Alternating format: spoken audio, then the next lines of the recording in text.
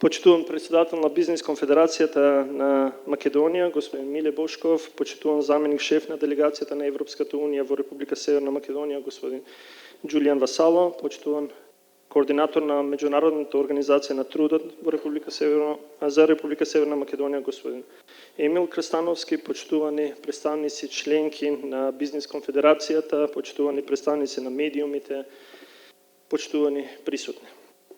Бизнес конфедерацијата на Македонија веќе 20 години работи одговорно, посветено, принципиелно, етички и за тоа навистина ви честитам.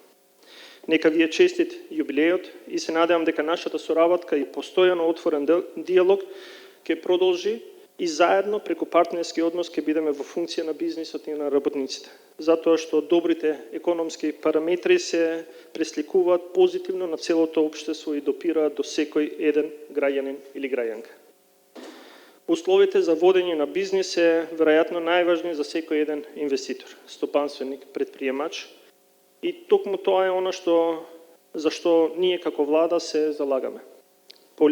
Политичка и економска стабилност и предвидливост, ефикасни и брзи процедури, мерки кои стимулираат технолошки развој и внесување на иновации во работењето на компаниите, поквалитетни и подобро платени работни места, верувам дека сето тоа е заедничка цел за сите нас кои сме денеска на овој настан.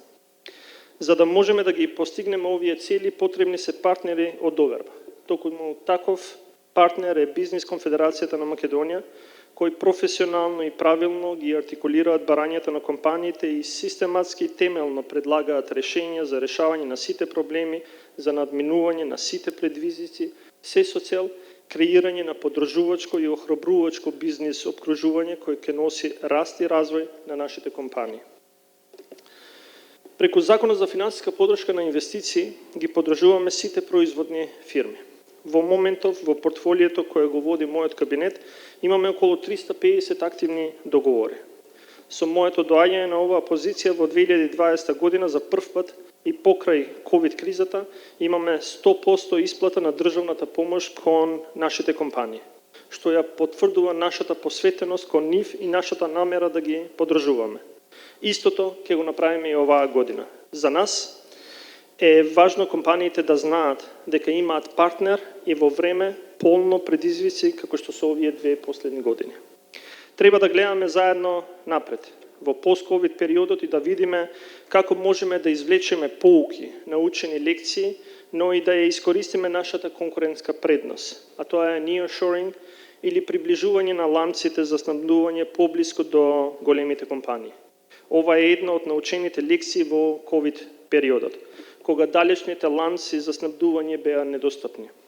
Во пост-ковид периодот треба сите заедно да ја капитализираме оваа предност, која се отвара пред нас и да креираме силни вредностни ланци на компаниите во нашата земја, но и поврзување во целиот регион.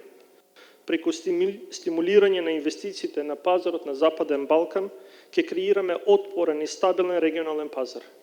Ваквиот рефокус ќе ја забрза нашата нова развојна економија преку реструктурирање на домашната економија, која треба да се темели на производство со додадена вредност, што ќе значи зголемување на бруто домашниот производ. Ќе го зајакне извозот, бројот на вработени и секако стандардот на нашите граѓани. Би сакал да потенцирам дека владата ќе остане конструктивна и отворена за дискусија за секоја тема која е важна за граѓаните, за стопанството, за економскиот развој и за подобриот животен стандард. Заедно да работиме за модерна, современа, развојна економија која се базира на иновација и дигитализација. Уште еднаш ви го честитам јубилејот, нека е за многу години. Благодарам.